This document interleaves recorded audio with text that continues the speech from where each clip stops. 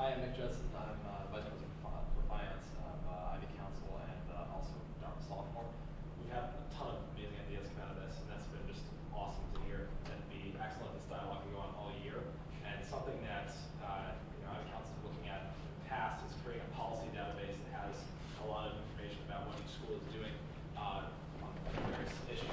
Now, something to go off of that, and I want to hear your opinions on this, is sort of like an Ivy portal that would allow all of your Twitter feeds for your respective student governments to be compiled into one page, to have allow for internal communication between the administrations of respective institutions, to allow for threads that are public and private on certain issues. If this were to happen, and I think Ivy Council is in a really good position to be able to diminish this, to be able to do this, what would you want to see out of that and what would you be able and willing to participate in?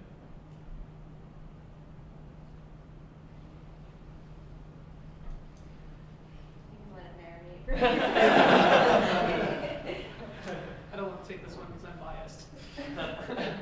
I think what we would like to see is ideas being generated from other college councils, other student governments.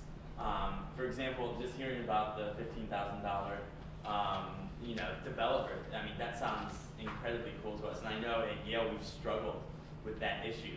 And one of the ways we worked on it is we have an app challenge where students are able to come together, develop apps that benefit the university, and we offer a prize.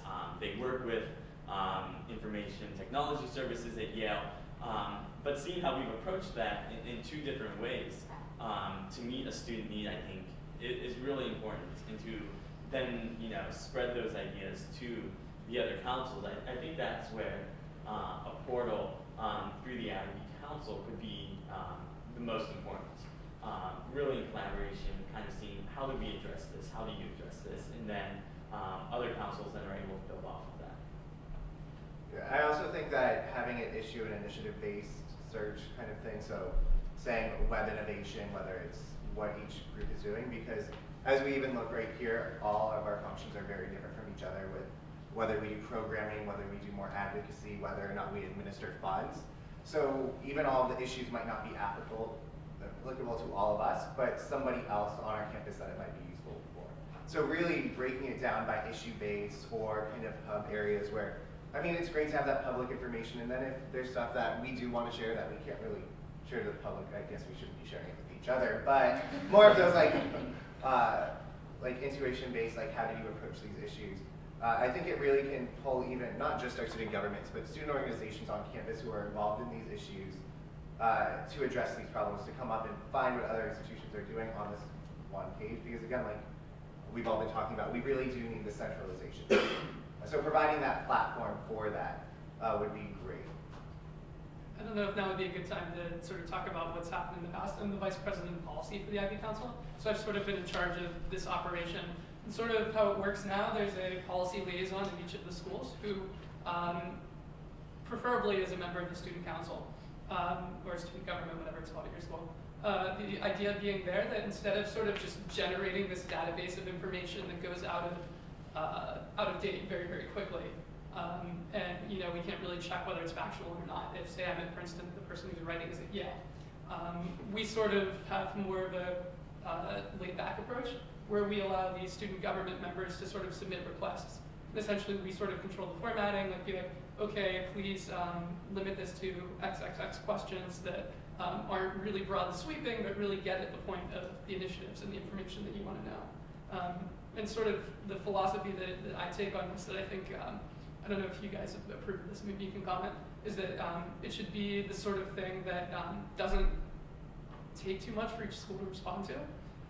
So that the information is shared quickly and without sort of hassling the student government members who participate, because as we all know, people around the student government are really busy. So, any last questions or comments, either from up here or? I mean, for me, I think I would really just want accountability out of that database if it were to come, and I think that speaks to your concern about what if we have this database that just sits there and goes out of date. I mean, I want to make sure that I can easily access background information. If that's enough, then that's it for me. But I would also like to know that I have a venue to reach out to someone and have a real